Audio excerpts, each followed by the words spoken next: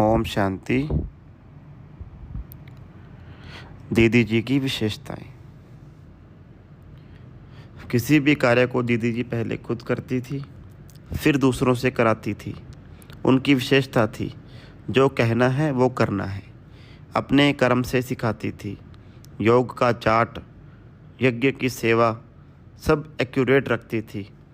सफाई में भी बहुत अच्छी थी। उनके संग में रहकर ये सब बातें हमने बहुत अच्छे तरीके से सीखी। दूसरा है, दीदी नंबर 1 स्टूडेंट थी। उन्होंने बाबा को कंप्लीट फॉलो किया। टाइम पर आना, लगन से पढ़ाई पढ़ना, पॉइंट्स नोट करना और बाबा जो कहे वो करना।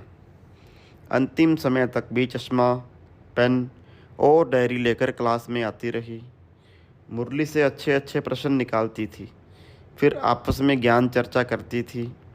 रात को एक बहन को कमरे में बुलाकर कहती, आज जो प्रश्न निकाले वो मुझे सुनाओ। फिर जो पार्टी मिलने आती, प्रश्न पूछकर उनको बहलाती थी। श्रीमत पर चलने की बहुत बड़ी शक्ति थी दीदी जी के अंदर।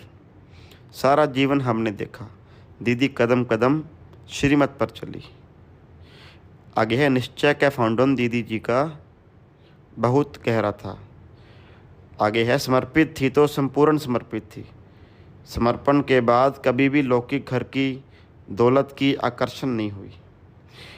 अगला है, दीदी जी को जो भी मिलती थी उसको कहती थी, तुम तो मेरी सखी हो, छोटी हो या बड़ी हो।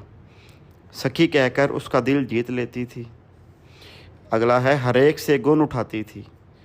समझो किसी ने भाषण अच्छा किया तो झट दीदी का ध्यान जाता था कि देखो इसने भाषण कितना अच्छा किया है। समझो किसी ने अच्छा काम किया तो कहती थी कितना अच्छा काम किया। फिर उसका उत्साह भी बढ़ाती थी, आफरीन भी देती थी। दीदी को देखकर हम सीखते थे कि छोटी सी बच्ची का अच्छा काम देखकर दीदी जी ने कैसे उससे लिफ्ट दे दी। दीदी गुण चोर थी।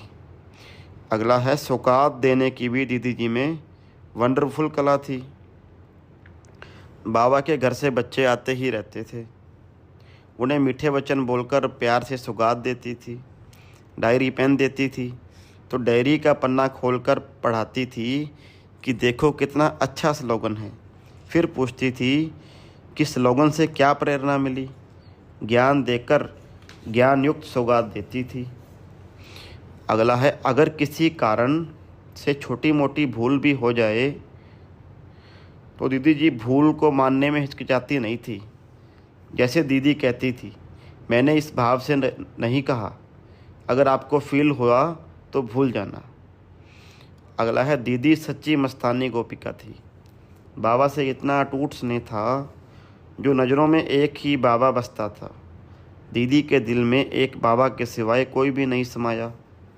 बाबा के प्यार में कभी डांस करती थी तो सेमी ट्रांस में जाकर कभी मगन हो जाती थी। अगला है, दीदी सच्ची पतिव्रता, सतीव्रता और पिताव्रता थी। सदा तुम्ही संग खाऊं, तुम्ही संग बैठूं, तुम्ही से रास रचाऊं। ऐसी एक व्रता होकर सदा एक के ही गुण गाते, आज्ञाकारी, वफादार, ओनेस्ट बनकर रही। कभी किसी वस्तु, व्यक्ति की तरफ आकर्षित नहीं हुई। अगला है, दीदी जी ने कभी बड़ी स्टेज पर जाकर प्रवचन नहीं दिए, लेकिन एक एक को जिगरी पालना देकर स्नेह की भाषणा दी। सभी का प्यार एक बाबा से जुड़ाया।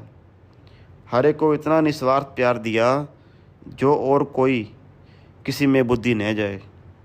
अगला है, दीदी जी की बुद्धि इतनी स्वच्छ स्पष्ट थी, जो सामने कैसी भी आत्मा आए उसे फ़ौरन परख लेती और उसकी हर आवश्यकता को पूरा कर उसे बाबा का बना देती। दीदी के बात करने का ढंग ऐसा था, जो बड़े बड़े वीआईपी भी दीदी से मिलने के बाद रेगुलर स्टूडेंट बन जाते। अगला है, दीदी जी की दृष्टि में रूहानी जादू था। जो भी दृष्टि लेते उन्हें बैकुंठ की दुनिया का साक्षात्कार हो जाता। योग की ऐसी स्थिति थी, आत्मिक स्थिति का ऐसा अभ्यास था, जो नज़र से निहाल कर हर आत्मा को तृप्त कर देती थी। अगला है, दीदी इतनी अंतर्मुखी रहती, जो उनके मुख से कभी व्यर्थ बोल नहीं निकले, कभी किसी का परचिंतन पर दर्शन नहीं किया। उनके जीवन में गंभीरता के साथ रमणीकता का बैलेंस था। वे सभी से अलौकिक चिटचाट करके खूब रिफ़्रेश कर देती। उनके साथ बहुत रमणीकता से खेल पाल चलती। अच्छा, ओम शांति।